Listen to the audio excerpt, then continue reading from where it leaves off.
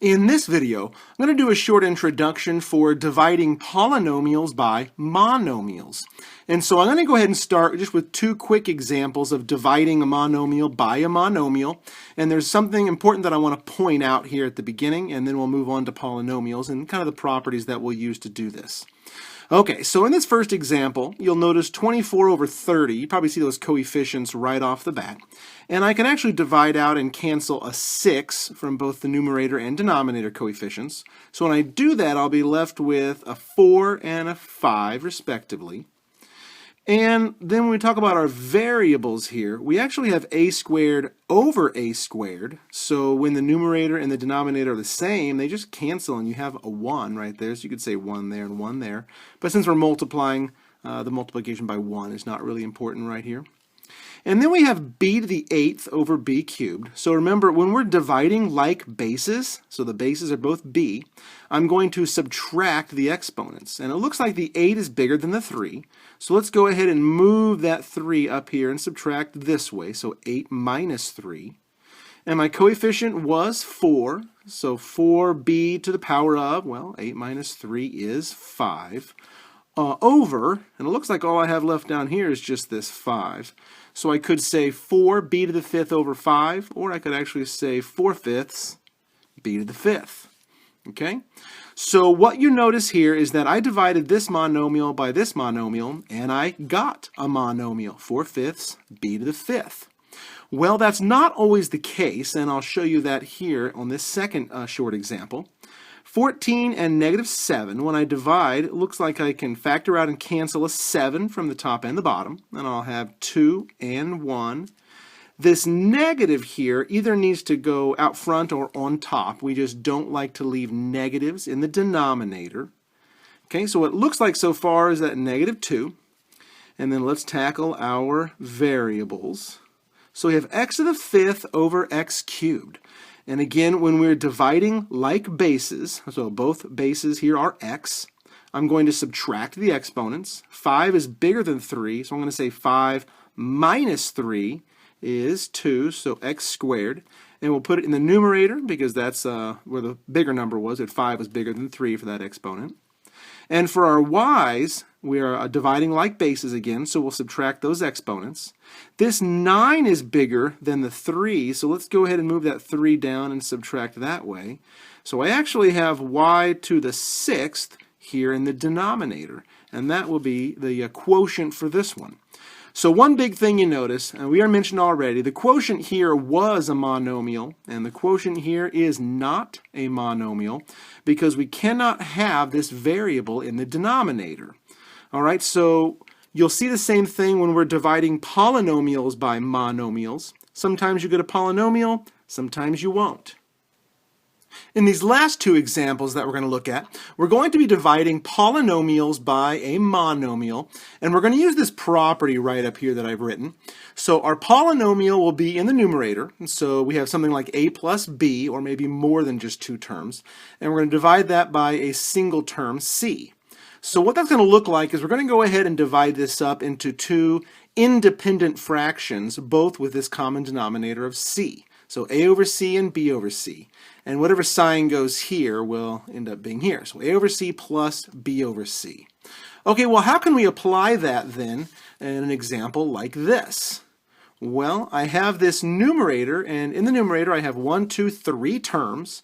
So 1, 2, 3 terms. And this first one's negative, and the second one here is positive, and the third one here is negative. And I'm going to go ahead and put this common denominator for every single one of these fractions. And then you'll notice each of these terms, so a plus b, the a and the b went in the numerators.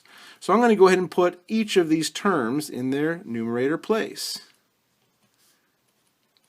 Okay, so you can kind of see how we've broken this up. So negative 10m squared divided by that common denominator, plus 15m divided by that common denominator, minus 25 divided by that common denominator. And so what we're going to do is just go ahead and tackle each of these fractions independently and simplify it as much as we can. So this first one ends up being negative here, so I'll bring that negative down. 10 divided by 5 will be 2. And then, so let me just show that. And then we have m squared over m, and that's m to the first, of course. So when we're dividing like bases, we'll subtract. So 2 minus 1 is 1. So we'll have negative 2m when I cancel there. And then I have plus 15 divided by 5 is 3. And it looks like these m's cancel each other out, so no variable. And then minus, and on the last one, 25 divided by 5. Well, I can divide and cancel a 5 from both, but that m down here in the denominator kind of just sticks around. So it looks like 5 over m. So what we've done, we started with a polynomial, and we divided it by this monomial. We broke it up into all the separate fractions and simplified each one independently. And what I'm left with here is not too bad of a looking expression, negative 2m plus 3 minus 5m. But is this a polynomial? Well, no, it's not, because I can't have this kind of variable in the denominator. So in this case, I divided a polynomial by a monomial, and what I was left with was not a polynomial. All right, so this last example, another polynomial being divided by a monomial, and there's something special I want to show you here. And you might notice already that this term right here and this denominator actually are the same terms. So we're going to tackle that here. And we're going to do the same approach. I'm going to have 1, 2, 3, 4 separate fractions, and all of them are going to have this common 12n squared for their denominator.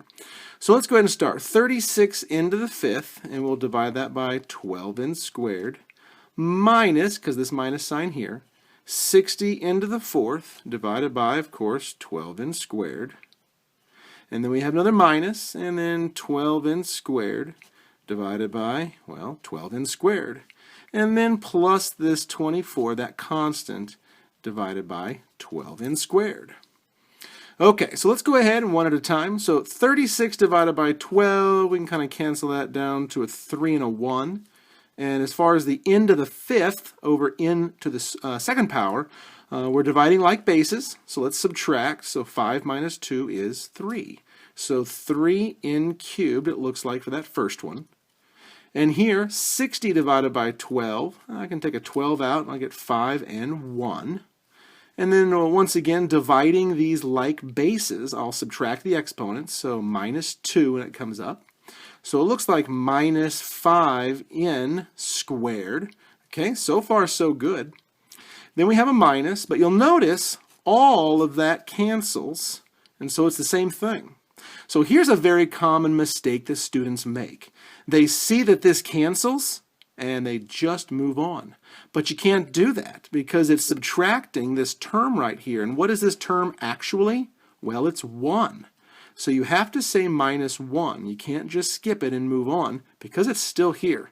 He matters too. Okay, so the last one, and by the way, so far so good, still a polynomial. But you'll see as we do this last term, I can cancel, put a 2 over 1. But we have an n squared in the denominator, so 2 over n squared. So as I divide, you'll see not a polynomial. So once again, when you divide any kind of polynomial by a monomial, sometimes you'll get a polynomial, but sometimes you won't. But there's kind of the basic principles behind doing this type of division.